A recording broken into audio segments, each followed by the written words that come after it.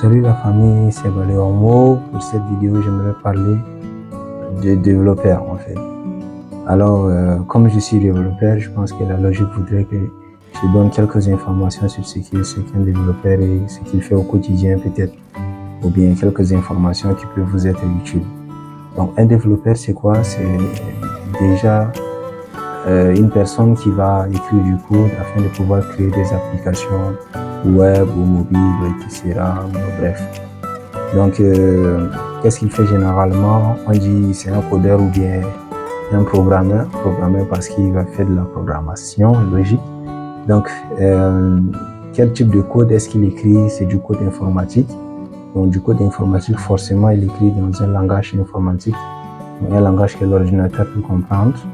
Donc, le code, généralement, ça ressemble à logique.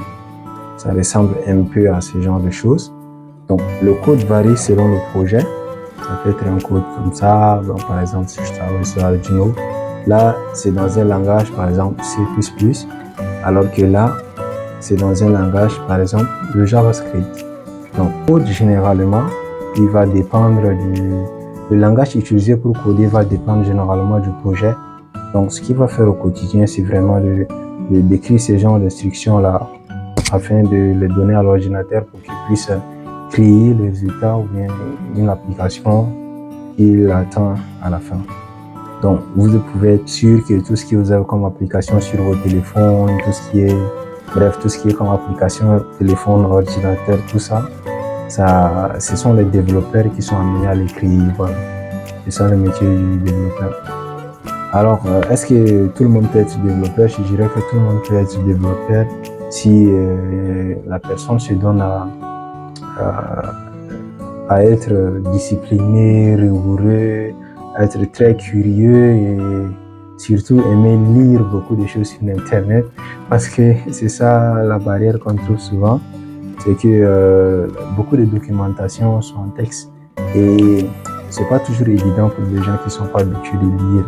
Peut-être tu te tapes, je sais pas moi, 20 minutes en train de lire une documentation pour essayer de comprendre comment ça fonctionne afin de pouvoir l'implémenter.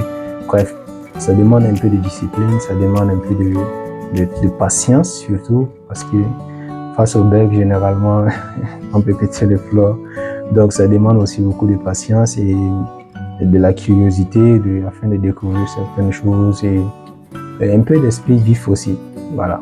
Donc, en gros, je sais que j'ai cité beaucoup de choses, mais comme je l'ai dit, c'est totalement faisable par tout le monde. Donc, il suffit seulement de se donner. C'est un peu comme tous les métiers. Dès qu'on se donne, on est capable de le faire, en fait. Voilà. Alors, par où commencer? C'est pas évident de dire, OK, pour être développeur, il faut commencer par là.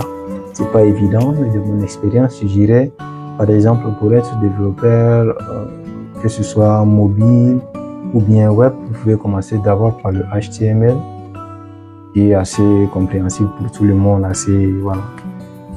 C'est pas très compliqué, le HTML, le CSS, tout ça. Et si vous voulez faire des choses back-end peut-être bien avancées, vous pouvez commencer par des langages procéduraux comme le C, très éducatif, qui permet aux personnes de comprendre un peu tout ce qui se passe derrière la programmation, de développer cet esprit-là d'analyse et cet esprit de programmer les choses, de voir les choses un peu comme un ordinateur le verrait. Ça, je reconnais que le C entraîne beaucoup à ça. Donc voilà un peu en quelques mots ce que c'est que le métier de développeur et comment s'y prendre. Donc j'espère que vous allez trouver des informations assez intéressantes. Alors je vous dis à bientôt. S'il y a d'autres questions, vous pouvez les laisser en commentaire. Je suis partant pour vous répondre. Merci.